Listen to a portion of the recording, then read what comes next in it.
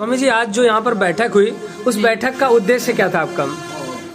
यहाँ जो मैंने अपने संतों को बुलाया, इस बैठक का उद्देश्य ये था कि जहानाबाद विधानसभा में जो कुछ स्थान है उन स्थानों का आज तक ध्यान नहीं दिया गया और सरकार के 5 वर्ष पूरे होने वाले हैं। सरकार अभी तक आश्वासन देती रही, जनता के साथ धोखा करती रही और मैं समझता हूं कि सरकार ने केंद्र से लेकर उत्तर प्रदेश तक केवल झूठ बोलने का काम किया है, कुछ भी काम करने का काम नहीं किया है। लेकिन जो वर्तमान समय में जो आज हम आपके साथ बात कर रहे हैं वो ये कि सटीगवा और मऊदेव और मांझेपुर इन चौराहों की स्थिति ये है कि व्यक्ति पैदल नहीं निकल सकता। मऊदेव में कॉलेज में बच्चे जाते हो पैदल नहीं चल पाते हैं, वो कीचड़ के कारण निकल नहीं पाते। मतलब पूरा जितना भी यहाँ के गांव के रहने वाले लोग पूरी तरह परेशान है और उसके लिए मैंने अपनी तरफ से मैं अपने चाहे आश्रम या ट्रस्ट की ओर से मैंने संकल्प किया है कि तीनों चौराहों को पूरी तरह से जो गड्ढे हैं जहाँ निकल नहीं सकता उसको पूरी तरह से अपने खर्चे से मैं उसको ठीक करूंगा। इसमें किसी व्यक्ति या प्रशासन का कोई हाथ नहीं है, ये अपनी तरफ से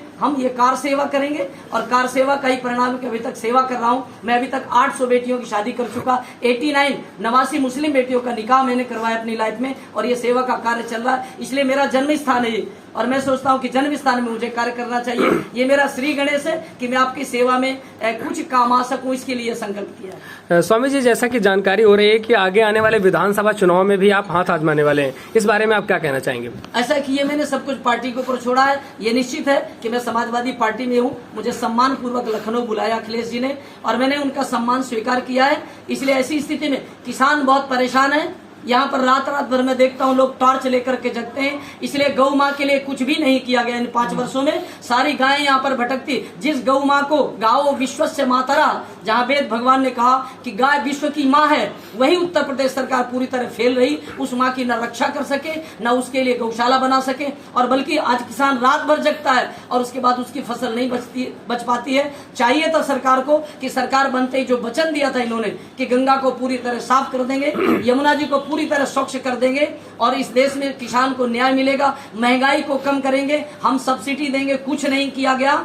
आज तक 0 पर सरकार खड़ी हुई है और अभी जो मुख्यमंत्री जी ने एक लेटर जारी किया है कि जितने भी तार लगी है खेतों में उसको हटाया जाए और उसे गाय घायल होती है। मैं यही कहूंगा, सरकार से निवेदन कर रहा हूं कि सबसे पहले आप गौशाला बनाइए, गौशाला बना करके सारी गाय इकट्ठा करके गौशाला के अंदर करिए, उसके लिए पानी और भोजन की व्यवस्था अच्छी तरह करिए और इसके बाद किसानों को बोलिए कि वो बैरिकेटिंग हटाएं। लेकिन मैं एक ही बात कहूंगा, ये चूक होगी अगर किसानों को बैरिकेटिंग पहले हटाई जाएगी तो इस बार की फसल में किसानों के बच्चों को रोटी नहीं मिल पाएगी, उनके घर में भोजन नहीं पक पाएगा। इसलिए सरकार का कदम गलत है, वो पहले गौशाला बनाए। स्वामी जी, जैसे वर्तमान सरकार ने गौशाला पे काफी जोर दिया, कई गौशालाएं सरकार के द्वारा बनवाई गई, तो उसके बारे में आप क्या कहना चाहेंगे? क्या उनकी व्यवस्थाओं के बारे में क्या कहना चाहेंगे? अगर वो गौशाला बनाना चाहते जी, मैं हरियाणा में 35 वर्ष हो गए मुझे रहते हुए। गौशाला बनाने का नंदीग्राम गौशाला बनाई गई, हमारी 2 बार मीटिंग हुई। उन्होंने एक सूत्र अपनाया था संतों के आदेश पर, ये था कि पहले गौशाला बनाइए, अच्छी बनाइए और गौशाला के अंदर सारी गायों को ले जाइए। उत्तर प्रदेश सरकार ने कोई ऐसी मुहिम नहीं की, वो केवल कागजों में रहा। जो पैसा आया उसको लोग बीच में सारा खा गए, वो गौशाला में लगाया ही नहीं गया। गौशाला में कीचड़ भरा हुआ है, गाय वहीं मरती हैं और मरने के बाद गाय को वहीं जेसीबी से खड्डा खोद के दफना दिया जाता है और वो भूख के कारण, प्यास के कारण मर रही है। अगर गौशाला का काम किया गया होता तो जहानाबाद विधानसभा क्षेत्र में यहाँ पर सैकड़ों गाय को झुंड भी घूम रहे हैं और खेतों की फसल नष्ट हो रही। मैं समझता हूँ गौशाला का नाम रहा है, केवल काम नहीं किया गया। स्वामी जी, चुनाव लड़ने के लिए जहानाबाद विधानसभा से समाजवादी पार्टी का चयन आपने किया, इसके पीछे क्या खास वजह हो सकती है? इसकी खास ये है कि इस देश की जो जनता, इस देश का नौजवान, इस देश में या उत्तर प्रदेश में संविदा पर नौकरी करने वाले जिनकी 40,000 तनख्वाह थी कॉन्ट्रैक्ट पर, उनका केवल 10,000 करके रख दिया गया। नौजवान इस देश का भटकता फिर रहा है। उसका कारण है कि मुझ जैसे साधु को